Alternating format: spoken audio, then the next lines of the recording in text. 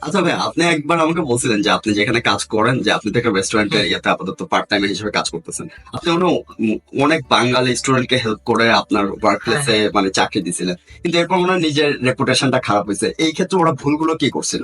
এটার ক্ষেত্রে তারা ভুলগুলো করে যে তারা অনেকে আছে যে তারা যে শিফট গুলো পায় তারা মাঝে মাঝে যায় না, মাঝে হুম। মাঝে সিক কল দেয়। তারা কাজের মধ্যে দেখা গেছে তারা খুব মনোযোগী কম হয়, যার কারণে দেখা যাচ্ছে ওজি মানুষ মেন্টালিটি, তারা পরিশ্রমের মেন্টালিটি মানুষ। তারা হুম। এখন যদি কেউ কাজ না করে বা সঠিক সময় যদি সে কাজে না আসে, এখন তার বিকল্প হিসেবে ওই ইনস্ট্যান্ট আরেকজন ম্যানেজ করা সমস্যা হয়ে যার কারণে তারা এক্ষেত্রে বাংলাদেশিদেরকে অনেক সময় তারা প্রেফার করতে চায় না। প্রেফার করতে চায় না, কারণ একটা হ্যাঁ। রেপুটেশন খারাপ হয়ে গেছে।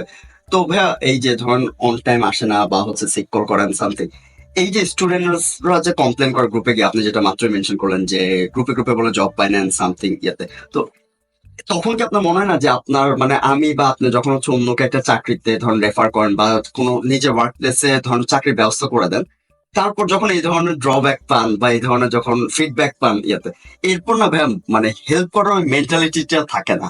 কিন্তু যদিও আমরা হেল্প করার চেষ্টা করি, তারপর যতটুকু পারে হেল্প করার চেষ্টা করি, এক্ষেত্রে কিন্তু স্টুডেন্টস এবং যারা গার্জিয়ানস তাদেরও কিন্তু বুঝতে হবে যে ওই মানুষগুলো একটা পর্যায়ে হেল্প করতে, একটা পর্যায়ের পর আর কেন হেল্প করতে চায় না। সেটাই।